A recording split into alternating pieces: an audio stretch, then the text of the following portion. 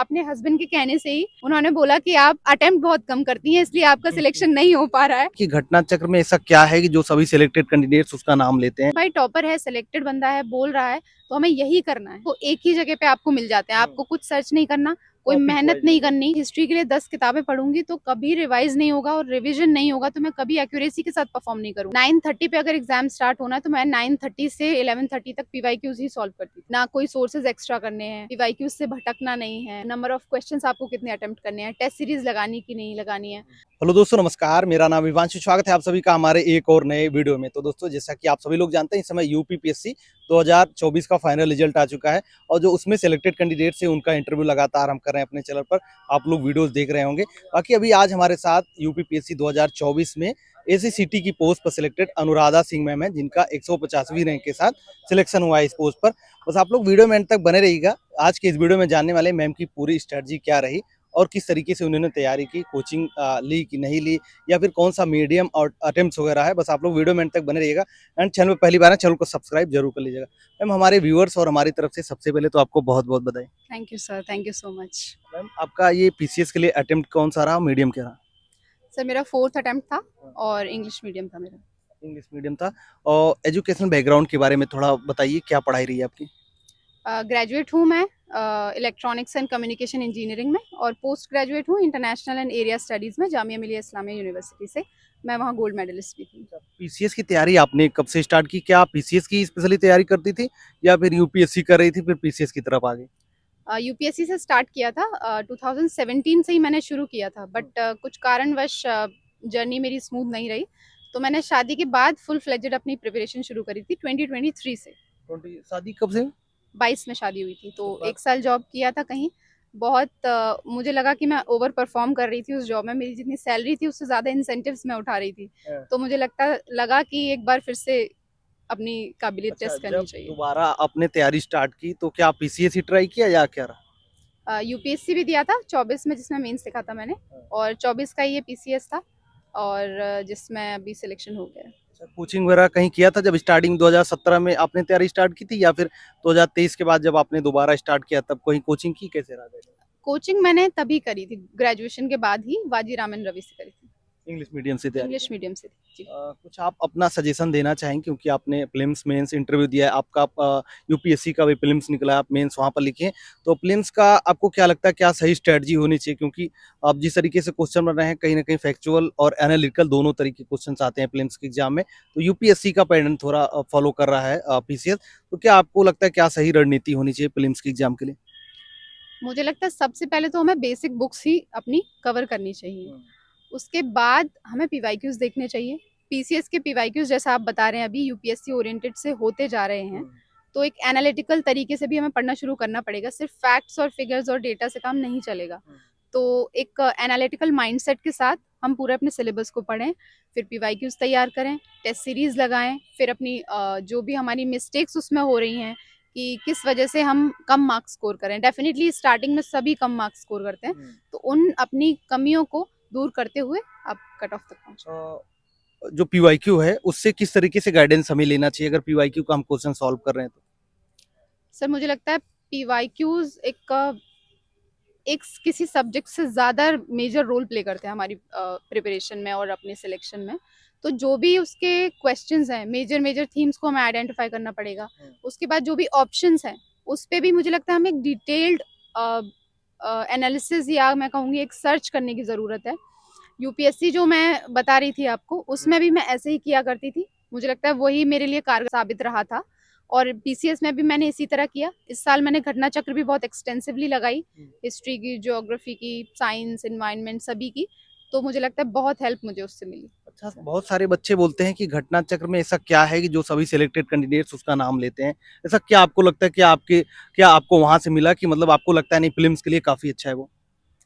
Sir definitely मुझे लगता है प्रीलिम्स के लिए बहुत अच्छा है, और एक जो मेजर डिफरेंस मैं कहूँगी या एक उसकी खासियत जो मैं कहूँगी वो ये है कि कोई भी टॉपिक होता है उस पर जितने भी सब एग्जाम्स में या वो यूपीपीसीएस हो, अदर स्टेट की पब्लिक सर्विस कमीशन के एग्जामिनेशंस हो, या वो यूपीएससी हो या लोअर सबऑर्डिनेट के भी, जो भी क्वेश्चंस उससे पूछे जाते हैं वो एक ही जगह पे आपको मिल जाते हैं। आपको कुछ सर्च नहीं करना, कोई Topic मेहनत wise नहीं करनी। हाँ, टॉपिक वाइज और उसमें भी सेग्रीगेशन हो रखा होता है। तो आपको सब कुछ एक जगह पे मिल रहा है, बिना रिसर्च किए मिल रहा है, और आप वहीं की वहीं, मैं क्या करती थी, जैसे 15 क्वेश्चन एक ही चीज पे पूछे हुए हैं, तो एक क्वेश्चन जो पूरा उस जिस्ट को डिफाइन कर रहा है, मैं उसी को अंडरलाइन कर लेती थी, और दोबारा फिर कभी भी मैं उस पूरे को नहीं पढ़ती थी, बस वही लाइन देखी पूरे एक पे, हाँ बस एक पॉइंट पूरे पेज पे हुआ करता था, तो मुझे एक सेकंड भी नहीं लगता था उसको रिवाइज करने में। अच्छा, टेस्ट सीरीज का कितना इम्पोर्टेंस रोल रहता है प्रीलिम्स के एग्जाम में, आपको क्या लगता है? अगर टेस्ट सीरीज लगाएं तो किस तरीके से लगाएं, किस तरीके से उसका उसको रिवाइज करें, रिवीजन करें उसका? सर मैं बहुत कम टेस्ट लगा पाई थी, पर मुझे लगता है टेस्ट कम से कम 10 से 15 टेस्ट लगाने चाहिए प्रीलिम्स की एग्जामिनेशन में जाने से पहले। ये आपको बताएगा शॉर्ट कमिंग्स क्या हैं, और कौन से आपके टॉपिक्स बहुत मेजर अच्छे से तैयार नहीं हैं, ये चीज़ बताएगा। आप एनालिसिस कर सकते हैं कि आप कहीं कुछ सिली मिस्टेक तो नहीं कर रहे हैं, और एक इन्वायरमेंट लाइक, एक एग्जाम लाइक इन्वायरमेंट में आपको ये सिमुलेट करना ही पड़ेगा। अदरवाइज आपको, जब आप फर्स्ट, मेरा मुझे याद है यूपीएससी का जब फर्स्ट प्रीलिम्स था, तो मैं पूरा पेपर अटेम्प्ट नहीं कर पाई थी। 18 में मैंने फर्स्ट दिया था, मैं प्रिपेयर भी नहीं थी उस तरीके से, पर मैं 85 फिफ्थ क्वेश्चन तक पहुंची थी। That day I realize the importance of a test series. उसके बाद से मैंने रिगरसली टेस्ट लगाए थे। इस अटेम्प्ट में मैं नहीं लगा पाई थी बिकॉज ऑफ द प्रेगनेंसी, उतना समय नहीं मिलता था मुझे, पर टेस्ट मैंने पहले बहुत लगाए हैं सर। टेस्ट सीरीज का नोट्स बनाना चाहिए, या फिर घटना चक्र लगा रहे हैं, पीवाईक्यू लगा रहे हैं, तो उसका भी नोट्स हमें प्रिपेयर करना चाहिए? घटना चक्र के नोट्स अलग से मैंने नहीं बनाए थे, जैसे मैंने बताया उसी में अंडरलाइन कर लेते थे, उससे सफिशिएंटली काम हो जाता था। टेस्ट सीरीज में बहुत ज्यादा नोट्स मैं वहां भी नहीं बनाती थी, बट जो इम्पोर्टेंट पॉइंटर्स रहते थे पीवाईक्यू बेस्ड, जैसे कि ये पूछा गया है, ये इम्पोर्टेंट है एज पर द एग्जामिनेशन, तो उसी का मैं लिख लिया करती थी। बहुत ही छोटे पॉइंटर्स में, मुझे लगता है एक पूरे टेस्ट में मैं मुश्किल से 5 से 6 पॉइंट्स लिखा करती थी। अच्छा, ये बताएं कितना क्वेश्चन हमें अटेम्प्ट करना चाहिए, क्योंकि बहुत सारे छात्र कमेंट करते हैं कि ये भी पूछ लिया करिए कितना क्वेश्चन उन्होंने प्रीलिम्स के एग्जाम में अटेम्प्ट किए थे, या फिर कितना आपको लगता है क्या बैलेंस अप्रोच होनी चाहिए, कितने क्वेश्चन तक हमें जाना चाहिए? सर मेरी एक्यूरेसी बहुत अच्छी रही है शुरू से ही एमसीक्यूज में, तो मैं पहले इसी माइंडसेट के साथ कम क्वेश्चंस अटेम्प्ट किया करती थी, चाहे वो पीसीएस हो। तो मुझे याद है मैं 120 के लगभग क्वेश्चंस अटेम्प्ट करती थी, और मैं तीनों बार अपने कट ऑफ से 5 से 6, कभी 6 से 7, कभी 3 से 4 मार्क्स से रुकी हूँ। तो कहीं ना कहीं समझ नहीं आता था कि रीज़न क्या है, क्योंकि पढ़ाई कर रहे थे, सब कुछ हो रहा था, और कोई ऐसा मेजर सेटबैक नहीं नज़र आ रहा था, गैप अपनी प्रिपरेशन में। तो इस बार मैंने अपने हस्बैंड के कहने से ही, उन्होंने बोला कि आप अटेम्प्ट बहुत कम करती हैं, इसलिए आपका सिलेक्शन नहीं हो पा रहा है। आप मेरे कहने से, जी जी बिल्कुल, आप ज़्यादा क्वेश्चंस अटेम्प्ट करके आइए, इस बार आप ये भी करके देखिए। तो सर इस बार मैंने 140 प्लस क्वेश्चंस अटेम्प्ट किए थे, 1 आउट ऑफ 150, तो बहुत ही सहजता से मेरा नाम लिस्ट में था इस बार। तो मुझे लगता है ज़्यादा अटेम्प्ट ट्राई कर सकते हैं, पर उसको एक बार we need to simulate in the test series itself first. अच्छा, हस्बैंड का या फिर आपके घर वालों का कितना बड़ा योगदान रहा आपकी इस तैयारी में, क्योंकि कहीं ना कहीं शादी होने के बाद बहुत सारे चैलेंजेस होते हैं, तो कैसे आपने उनको फेस किया, कितना बड़ा योगदान रहा उनका इस तैयारी में? Sir, I think more than me, it is my husband who has made me selected. He was so passionate that you will do it, you will do it. I myself was in so much doubt at times कि पता नहीं होगा नहीं होगा क्या है, मतलब prelims में बहुत हर्डल्स आ रही थी, but he was so determined that I have seen you, we were in college together, so he said I have seen you studying really hard since college, तो तुम कर लोगी, करो करो करो। तो he used to see the जो भी चीज़ें मैं नहीं कर पाती थी घर पे, he used to look after that and he stood behind me like a rock, so I think he is very important in my preparation. अच्छा, इसमें करंट अफेयर का काफी ज्यादा रोल रहता है, अगर प्रीलिम्स के एग्जाम की बात करें तो क्या सोर्स आप रखती थी करंट अफेयर के लिए, कैसे प्रिपेयर किया था आपने करंट अफेयर? डेली कुछ न्यूज़पेपर वगैरह पढ़ती थी, मंथली मैगजीन, या फिर ईयरली लास्ट में कंपाइलेशन आता है वो पढ़ती थी? सर मंथली मैगजीन्स में नहीं उतना फॉलो कर पाती थी, और कहीं ना कहीं मेरी एक पर्सनल चॉइस जो थी वो न्यूज़पेपर पढ़ना रहता था, तो मैं बिना मिस किए इंडियन एक्सप्रेस पढ़ती थी डेली, और एंड में आई दृष्टि की एक बुक आती है, आई थिंक 15-20 डेज पहले आती है एग्जाम से, तो मैं वही किया करती थी। वो कितना टाइम आप पढ़ लेती थी, मतलब उसको पढ़ने का कुछ आपको तरीका लगता है, क्योंकि रहता है 15 दिन पहले ही आता है, पूरे साल का करंट अफेयर हमें ग्रैब करना होता है, तो वो कैसे करती थी आप? सर मुझे लगता है वो बहुत सहजता से हो जाता है। मैं पेपर पढ़ती थी तो ऐसा कुछ भी नया मेरे लिए उसमें रहता नहीं था, बस एक कॉन्फिडेंस भी आ जाता था कि एक एंड में एक कंपाइलेशन देख लिया, और मेमोराइज बहुत जल्दी हो जाता था क्योंकि न्यूज़पेपर के नोट्स मैं प्रीलिम्स के लिए नहीं बनाती थी। तो बहुत सहजता से हो जाती है, बहुत मोटी बुक नहीं होती है, हो जाती है। बाकी प्रीलिम्स के लिए कोई और सजेशन आपका लास्ट में रहेगा, मतलब क्या चीजें कर सकते हैं छात्र अगर करें, क्या गलतियां ना करें अगर प्रीलिम्स का एग्जाम देना है उनको तो? सर आई थिंक इस अटेम्प्ट में मुझे लगता है 2-3 चीज़ें हुई हैं जो मैं बताना चाहूँगी। सबसे पहले तो मैंने अपने सोर्सेज बहुत लिमिटेड कर लिए। मैंने लिटरली अपनी बुक्स एकदम डिवाइड कर दी कि ये बिल्कुल हटानी है, मेरे कमरे से ही हटानी है, मुझे देखनी ही नहीं है ये। तो बिल्कुल एकदम वही 5-7 जो बुक्स हैं मेन हमारी, हमने वो रखी। उसके बाद जैसे मैंने बताया अटेम्प्ट्स का सुधार किया कि थोड़े ज़्यादा अटेम्प्ट्स करके आए, तो कट ऑफ्स के उस पार हो गए। और बिल्कुल पिन पॉइंटेड पीवाईक्यू बेस्ड पढ़ाई मैंने इस बार की, कुछ भी और नहीं, सिर्फ पीवाईक्यू बेस्ड, और बहुत ही थोड़ा एक्स्ट्रा जो देश दुनिया में भी चल रहा है बस वो देखा। अच्छा, जैसे बहुत सारे छात्रों के साथ ऐसा रहता है कि जैसे आपने बताया कि आपने लिमिटेड कर लिया, आपने हटा दिया कि इस रूम से बाहर इस बुक को कर दो, इसको पढ़ना नहीं। लेकिन बहुत सारे छात्रों के साथ ऐसा होता है, कोई क्वेश्चन नहीं मिल रहा है, उनको लगा कि इस बुक में है ये क्वेश्चन, तो बुक खरीद के लिए आते हैं रूम में, फिर उसको रख लेते हैं। आई थिंक ये सबसे मेजर फॉल्ट मैं कहूँगी इसको, क्योंकि सर हमें ये चीज़ समझनी पड़ेगी कि एग्ज़ाम सब कुछ पढ़ने का है ही नहीं। सब कुछ पढ़ने से मुझे लगता है कि हम पीछे जाते हैं एग्ज़ाम में। तो बेसिक पढ़ने का एग्ज़ाम है और बेसिक से ही निकालने का एग्ज़ाम है। आप, मुझे लगता है कोई भी किताब है हिस्ट्री की, जैसे हम एग्जाम्पल ले लें, चाहे वो स्पेक्ट्रम हो, बिपिन चंद्रा हो, आपने अगर एक भी बुक को अच्छे से तैयार कर लिया है तो उसमें से मेजर जितना आपकी कट ऑफ निकलेगी उससे आप बहुत बेहतर उसी एक किताब में से कर ले जाएंगे। तो 2 पढ़ने से आप अपना लॉस ही करते हैं। तो एक बेसिक तैयारी की, ये मुझे करना है और ये इस किताब से हो जाएगा, और आपको कॉन्फिडेंट भी रहना पड़ेगा उस चीज़ पे। तो बेसिक्स रखना कई है। बार ऐसा होता है कि मान लीजिए उनके सीनियर हैं या उनका कोई बड़ा है, उनको लगता है कि वो इतना पढ़ाई कर रहे हैं, इतनी सारी बुक्स रट कर बैठे हैं, उनका नहीं हो रहा है। अगर हम इतना कम पढ़ाई करेंगे, इतनी कम रिसोर्सेज रखेंगे, तो क्या मतलब सेल्फ डाउट होने लगता है, क्या मेरा होगा सिलेक्शन? सर डेफिनेटली होता है, पर मुझे लगता है ये starting phase of the journey में ज़्यादा होता है। मुझे भी था ये चीज़, और इसीलिए मुझे लगता है मैंने बहुत किताबें इकट्ठा कर ली थी। मैंने सर 18-19 में मैं आपको बता नहीं सकती कि मैंने कितने मेहनत से मैंने सब कुछ पढ़ा था, पर स्ट्रेटजी नहीं थी और सब कुछ बिखरा हुआ था। अब मैं हिस्ट्री के लिए 10 किताबें पढ़ूंगी तो कभी रिवाइज नहीं होगा, और रिवीजन नहीं होगा तो मैं कभी एक्यूरेसी के साथ परफॉर्म नहीं करूंगी। एक्यूरेसी के साथ परफॉर्म नहीं करूंगी तो कभी मार्क्स नहीं आएंगे, सिलेक्शन ही नहीं होगा। इसीलिए सोर्सेज लिमिट करना बहुत ज़रूरी है। आप किसी की बातों में ना आए। आप एक ऑफिसर बनने जा रहे हैं तो आपको अपने डिसीजंस अभी से खुद से लेने पड़ेंगे। अपनी दिमाग से एनालिटिकल स्ट्रेटजी अपनी लगानी पड़ेगी और उसी बेस पे लेने पड़ेगी। गाइडेंस का कितना बड़ा रोल रहता है, खासकर अगर इतने बड़े एग्जाम्स की हम तैयारी कर रहे हैं तो? सर गाइडेंस का बहुत रोल रहता है इन टर्म्स ऑफ जैसे limiting the resources, not diverting from here and there.